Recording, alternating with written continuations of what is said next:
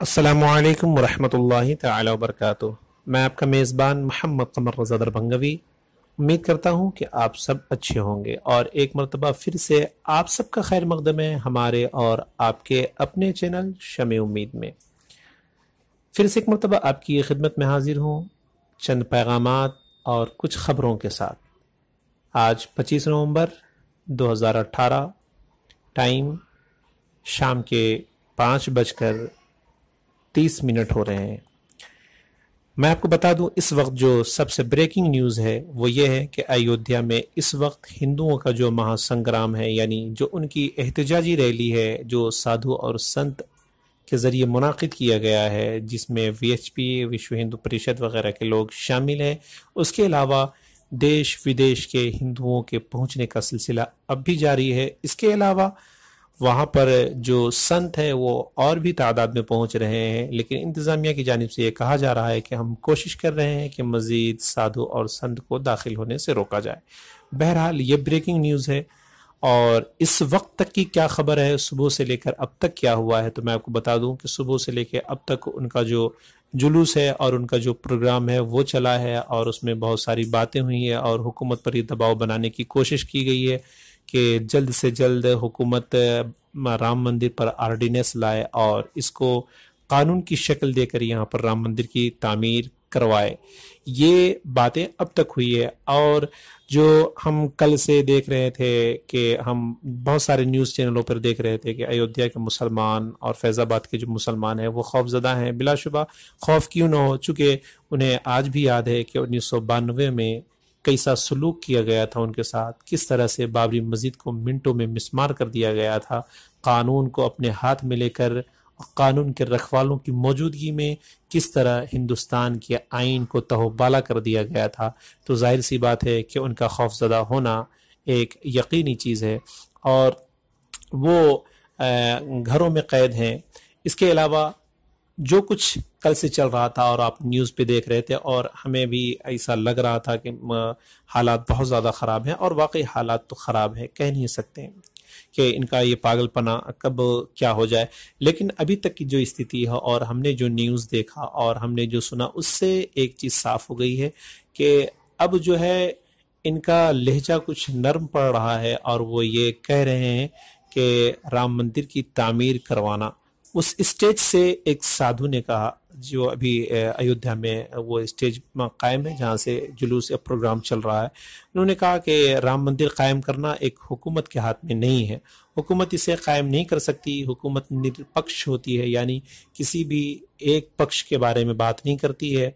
تو اس سے تو یہ صاف ظاہر ہو رہا ہے کہ کہیں نہ کہیں ان کا جو رویہ ہے وہ نرم پڑ رہا ہے، اس کے حوصلے نرم پڑ رہے ہیں، لیکن یہ کہہ نہیں سکتے کہ یہ کیا کریں گے۔ بہرحال جو بی جے پی کا اسٹینڈ ہے وہ آپ کو بتا دوں کہ بی جے پی اس مدعے پر، رام مندر پر، اب تک بی جے پی نے سیاست کیا ہے، اور بی جے پی کو جو خوف ہے وہ اس بات کا خوف ہے کہ اگر رام مندر کی تعمیر نہیں ہوئی 2019 سے پہلے تو ہماری حکومت آئے گی یا نہیں آئے گی کہا نہیں جا سکتا، چونکہ ہندو کا جو اکثر طبقہ ہے جو بی جے پی کو حکومت میں لایا تھا، وہ اس امید پر لایا تھا کہ یہاں پر رام مندر کی تعمیر ہوگی۔ لیکن آپ کو آپ کی معلومات کے لیے ایک چیز بتا دوں کہ جو آرڈیننس کا مطالبہ کیا جا رہا ہے، یعنی قانون یا بل لانے کا جو مطالبہ کیا جا رہا ہے، اس میں ایک چیز قابل غور ہے۔ پہلی چیز کہ یہ معاملہ سپریم کورٹ میں ہے، اور جب تک سپریم کورٹ سے کوئی فیصلہ نہیں آ جاتا اس پر قانون بنانا آسان نہیں۔ دوسری بات یہ ہے کہ اگر اس پر سرکار قانون لاتی ہے، یعنی آرڈیننس لاتی ہے یا بل لاتی ہے، تو آپ کو پتا ہونا چاہیے کہ اس جو 4.5 سال کا وقفہ ہے وہ گزر چکا ہے، اب مزید 4 یا 5 یا 6 مہینہ باقی ہے۔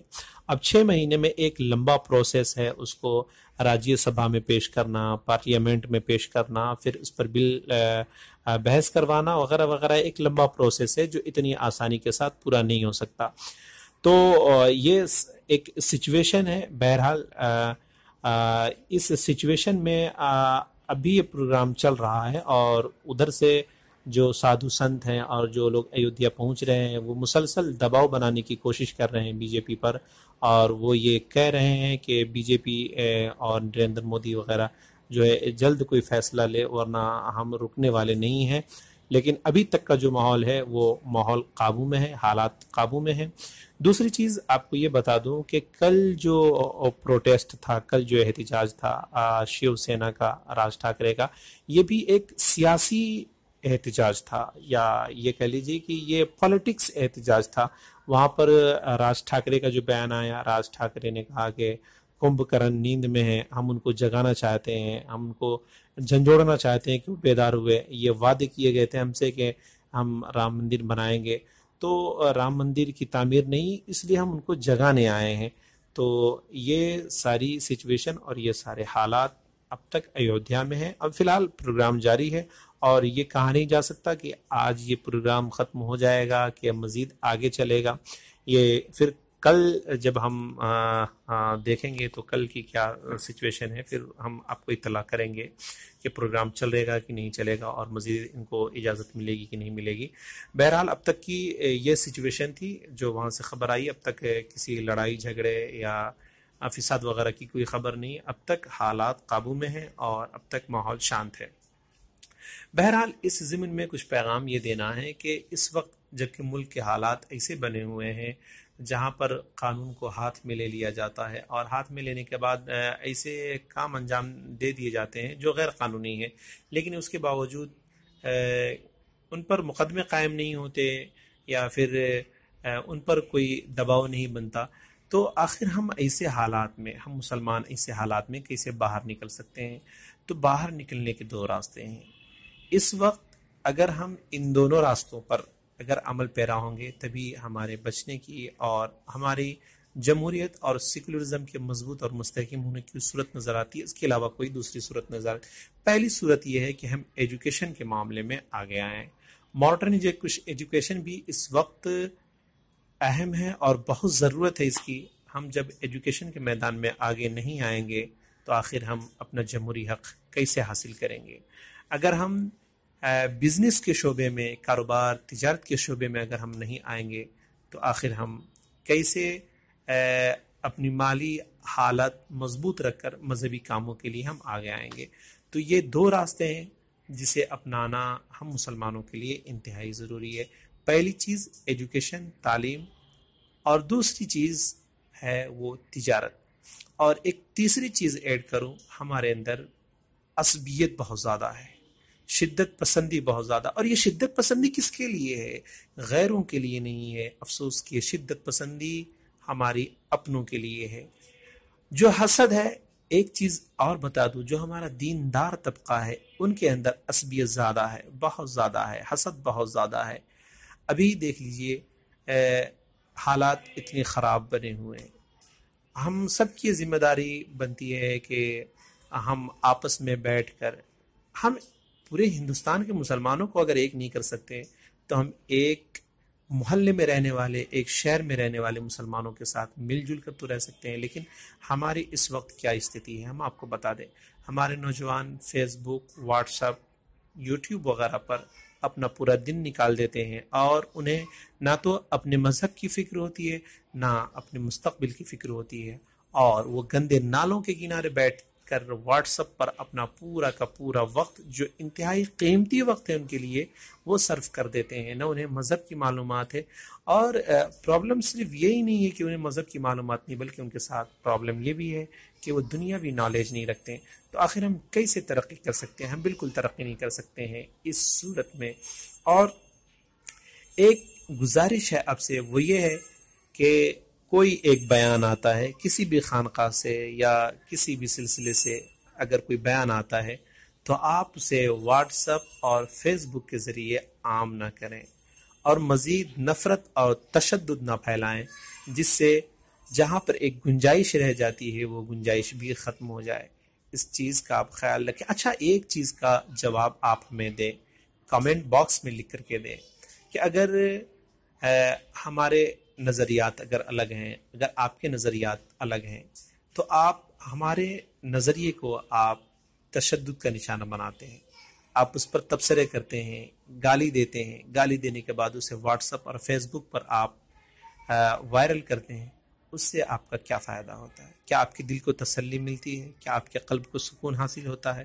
مجھے تو نہیں لگتا کہ آپ کو تسلی ہوتی ہوگی یا آپ کے قلب کو سکون حاصل ہوتا ہوگا۔